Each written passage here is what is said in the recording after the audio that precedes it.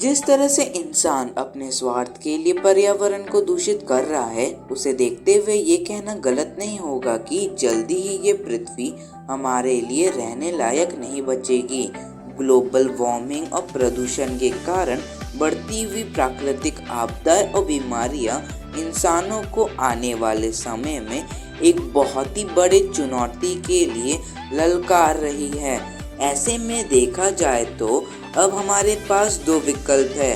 पहला ये है कि हम फिर से पृथ्वी को हरा भरा कर दे, या फिर दूसरा ये है कि हम पृथ्वी को छोड़कर मंगल जैसे किसी दूसरे ग्रह में बसने की तैयारी कर लें। दोस्तों, क्या आप जानते हैं कई सारी चीजें ऐसी भी है जिसके कारण आज भी हम सोलर सिस्टम में अकेले हैं। हमारा यूनिवर्स आज लगभग 13 बिलियन लाइट ईयर्स जितना बड़ा हो चुका है, लेकिन एक दुख की बात तो ये है कि हमारे अलावा किसी और आकाशगंगा या सोलर सिस्टम में जीवन का नामो निशान भी नहीं है। ऐसे में आप ये भी कह सकते हैं कि इतने बड़े यूनिवर्स में आज हम अकेले हैं। दोस्तों, लेकिन यहाँ तक एक सवाल तो उठता है कि फिर आखिर कैसे दूसरे ग्रहों में हम आज रहने के बारे में सोच रहे हैं। अगर दूसरे ग्रहों में रहने का वातावरण होता तो आज हम अकेले नहीं होते। हमारे खुद के सोलर सिस्टम में दूसरे ग्रहों में रहने लायक जलवायु नहीं है, तो आखिर कैसे उन जगहों पर हम रहने के लिए सोच सकते हैं जो कि हमारे कई अरबों प्रकाश वर्ष दूर है। खैर दोस्तों, इसी चीज के बारे में आज हम इस वीडियो में बात कर रहे हैं। आज की इस वीडियो का टाइटल है मार्स की टेराफॉर्मिंग। लेकिन इसके ऊपर बात करने से पहले हम जानते हैं कि टेराफॉर्मिंग क्या होता है। अगर मैं आप लोगों को सरल भाषा में बताऊं तो टेराफॉर्मिंग एक ऐसी प्रक्रिया है जिससे इंसान एक बंजर ग्रह को रहने लायक बनाता है। हालांकि मैं आप लोगों को यहाँ बता दूं कि इसके अलावा टेराफॉर्मिंग की कई जटिल संज्ञाएं मौजूद है, परंतु वो एक अलग ही मुद्दा बन जाएगा, क्योंकि आज हम खास तौर पर मंगल की टेराफॉर्मिंग के बारे में चर्चा कर रहे हैं। वैज्ञानिकों के अनुसार मार्स की टेराफॉर्मिंग के दौरान वे लोग पृथ्वी के जैसे हूबहू जलवायु, वायुमंडल और इकोसिस्टम को वहां इंस्टॉल करने वाले हैं। हालांकि ये सब चीजें प्लानिटरी इंजीनियरिंग के अंतर्गत आती है। वैसे मंगल को ही टेराफॉर्मिंग के लिए चयन करने का ख्याल वैज्ञानिकों को तब हुआ जब उन्हें मंगल पर पहले से मौजूद पानी के स्रोत और वायुमंडल के बारे में पता चला। जी हाँ दोस्तों, आप लोगों ने बिल्कुल सही सुना। कुछ लाखों साल पहले मंगल के ऊपर भी पृथ्वी के जैसा ही वायुमंडल मौजूद था। हालांकि कुछ प्रमुख असुविधाएं भी वैज्ञानिकों के लिए चुनौतियां बनी हुई है, जैसे कि वहां का काफी कम गुरुत्वाकर्षण बल, रोशनी की तीव्रता और चुंबकीय क्षेत्र। वैसे आज भी टेराफॉर्मिंग को लेकर कई विवाद लगे रहते हैं, जैसे क्या आज की तकनीक इसे हकीकत में बदल पाएगी और इसमें आखिर कितना खर्चा होगा। दोस्तों, वीडियो के इस पार्ट में मैं आप लोगों को टेराफॉर्मिंग के तरीकों के बारे में बताऊंगा, तो आप लोगों को अनुरोध है कि वीडियो के इस भाग को गौर से देखिएगा। नंबर 1, अमोनिया को इंपोर्ट करना। टेराफॉर्मिंग की शुरुआत मूल रूप से 3 चरणों में होती है। पहले चरण में ग्रह के अंदर मैग्नेटोस्फीयर को बनाया जाता है। दूसरे चरण में ग्रह के ऊपर जलवायु को बैठाया जाता है और आखिर के चरण में ग्रह के तापमान को बढ़ाया जाता है। वैसे अब आपको मन में ये सवाल आ रहा होगा कि आखिर कैसे किसी दूसरे ग्रह में वायुमंडल को बनाया जा सकता है। तो दोस्तों, मैं आप लोगों को बता दूं कि ग्रह के वायुमंडल में अमोनिया को इंपोर्ट करके वहां वायुमंडल को बनाया जा सकता है। Number 2, orbital mirror. मंगल की सतह को गर्म करने के लिए वैज्ञानिकों को एक बेहद ही अजीबोगरीब तरीका सूझा है। उनके हिसाब से अगर हम पूरे मंगल की सतह को पेट फिल्म से ढक दे, तब मंगल के ऊपर पड़ने वाले सूर्य की तपिश इतनी ज्यादा हो जाएगी कि वो खुद व को मंगल को काफी ज्यादा गर्म कर देगा। वैसे आप लोगों को मैं बता दूं कि पेट फिल्म असल में एक प्लास्टिक से बनी पन्नी जैसी होती है, जिसे अक्सर वैज्ञानिक अंतरिक्ष में इस्तेमाल होने वाले उपकरणों में इस्तेमाल करते हैं।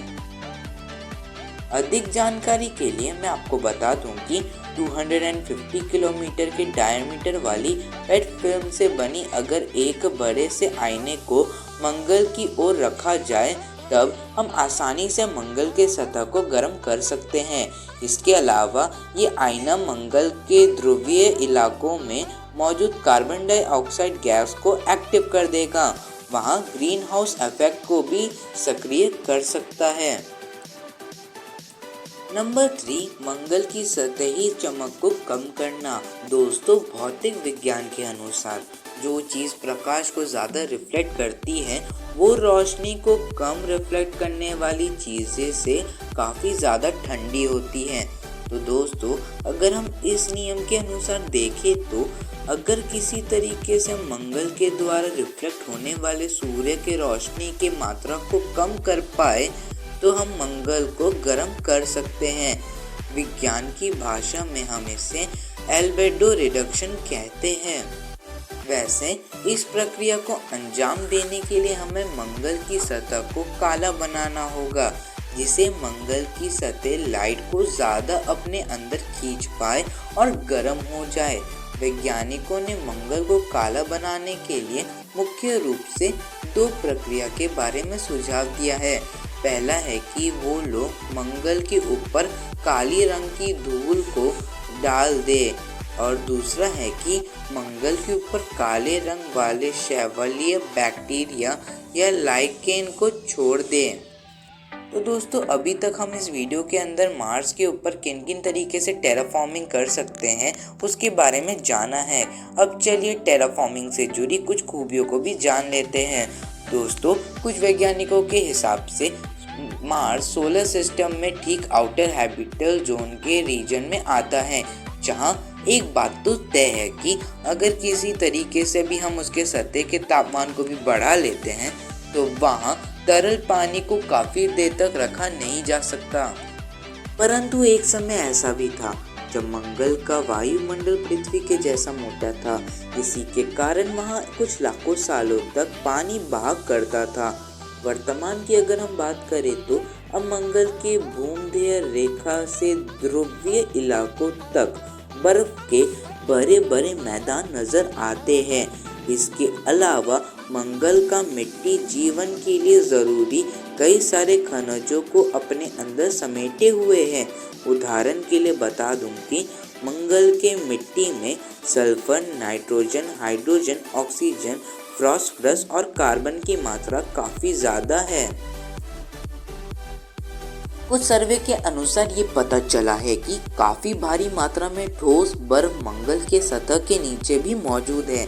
ऐसे में वैज्ञानिकों को इसके बारे में काफ़ी सारे अलग अलग मिशनों को अंजाम देना पड़ रहा है। इसके अलावा अगर हम टेराफॉर्मिंग के जरिए किसी हिसाब से मंगल के सतही तापमान को बढ़ा देते हैं तब इसके ध्रुवीय इलाकों में मौजूद बर्फ पिघलकर पूरे ग्रह के ऊपर 5 से 10 मीटर गहरा समुद्र भी बना सकता है। मंगल की टेराफॉर्मिंग करने से पहले हमें कुछ बेहद ही जटिल चुनौतियों का सामना करना पड़ेगा। मैंने आगे इन चुनौतियों के बारे में जिक्र किया है ताकि आप लोगों को इस विषय में बेहतर जानकारी मिल सके। मार्स पे काफ़ी अंधेरा रहता है। मार्स पे पृथ्वी के मुकाबले 60% लाइट कम पहुंचती है। मार्स की ग्रेविटी भी अर्थ से 38% कम है। मार्स का एटमॉस्फेयर भी पॉल्यूटेड है और मार्स का एटमॉस्फेरिक प्रेशर अर्थ के एटमॉस्फेरिक प्रेशर से 1% है। मार्स पे कॉस्मिक रेडिएशन का भी खतरा बना रहता है और मार्स पे हड्डियाँ जमा देने वाली ठंडी पड़ती है और मार्स का एवरेज टेम्परेचर -63 डिग्री सेल्सियस रहता है। मार्स पे ऑर्गेनिक मैटर काफ़ी तेज़ी से टूटता है। मार्स पे ग्लोबल स्टॉर्म भी आता है। मार्स पे खाने का स्रोत भी नहीं है और मार्स की मिट्टी भी एकदम जहरीली है। तो दोस्तों मंगल के टेराफॉर्मिंग के दौरान आने वाले सबसे बड़ी चुनौती ये है कि इसके ऊपर कोई भी चुंबकीय क्षेत्र का कवच नहीं है, जिसके कारण ये हमेशा से ही सोलर विंड और कॉस्मिक रेडिएशन का शिकार बना रहता है। इससे मार्स का वायुमंडल इतना खतरनाक बन जाता है कि आप यहाँ तक एक पल भी नहीं रह सकते। हालांकि एक खास बात तो ये है कि साइंटिस्टों ने मार्स पर एक विशेष तरह के प्रोटेक्टिव सूट को इस्तेमाल करने का सोच रहे हैं। तो दोस्तों अगर आपको ये वीडियो पसंद आए तो वीडियो को लाइक शेयर और सब्सक्राइब करके बेल नोटिफिकेशन ऑन कर दे, जिससे कि आने वाले वीडियोस की नोटिफिकेशन आपको मिलती रहेगी। अब मिलेंगे अगले वीडियो में, तब तक के लिए बाय बाय।